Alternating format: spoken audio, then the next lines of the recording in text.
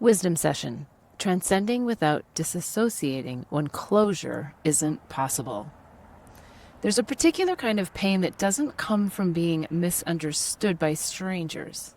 It comes from being misrepresented, minimized, or silenced by people you believed were with you. People you thought were part of your support system. People you believe shared your level of awareness, ethics, and spiritual maturity.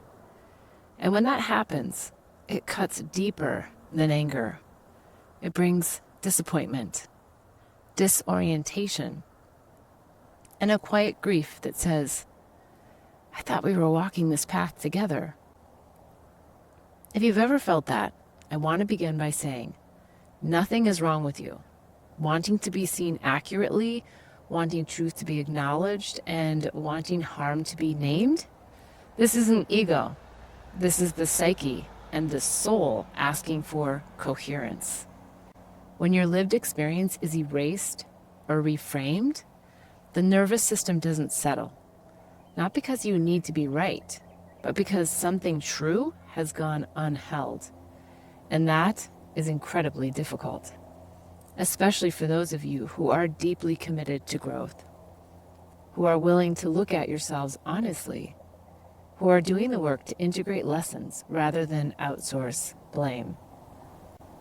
It takes bravery and spiritual stamina to keep rising when you are actively trying to understand, transcend, and become wiser, only to realize that the people you thought would rise with you don't.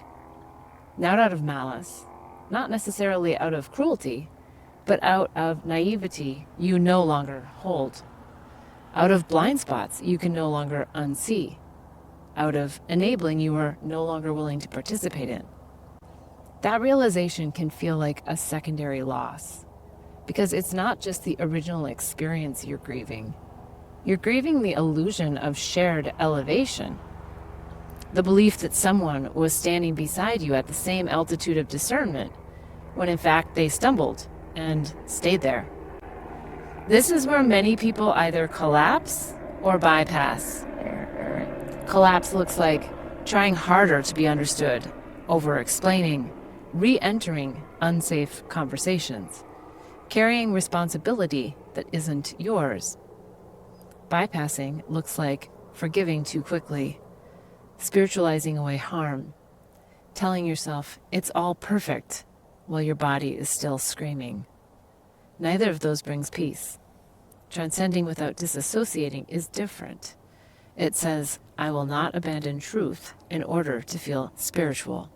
And also, I will not abandon myself in order to enforce accountability.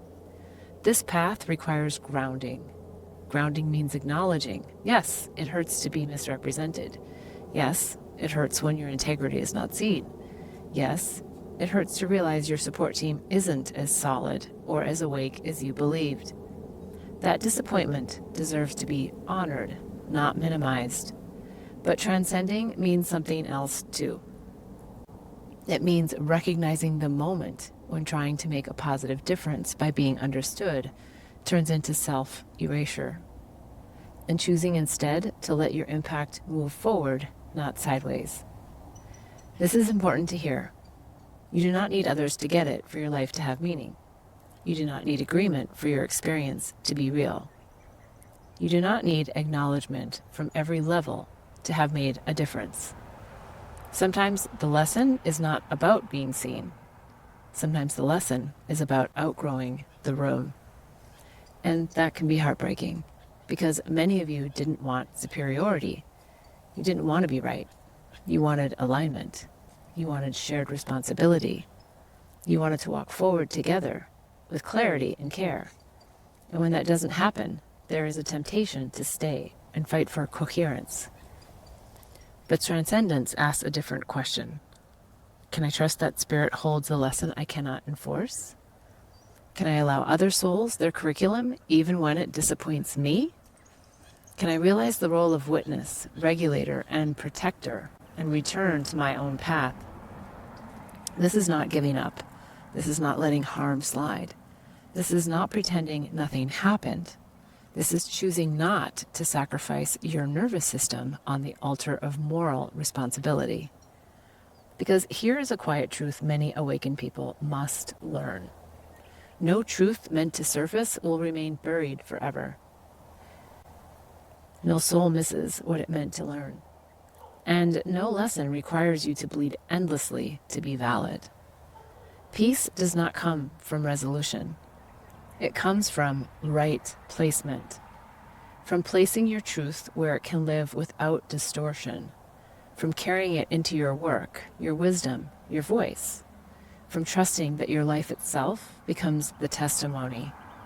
If closure isn't possible, you are still allowed to complete the cycle. Completion looks like this. I spoke truth at the level it could be received. The rest is not mine. I choose to rise without abandoning myself. That is transcendence without disassociation. And it is one of the most courageous spiritual acts there is. Take a breath. You are not late.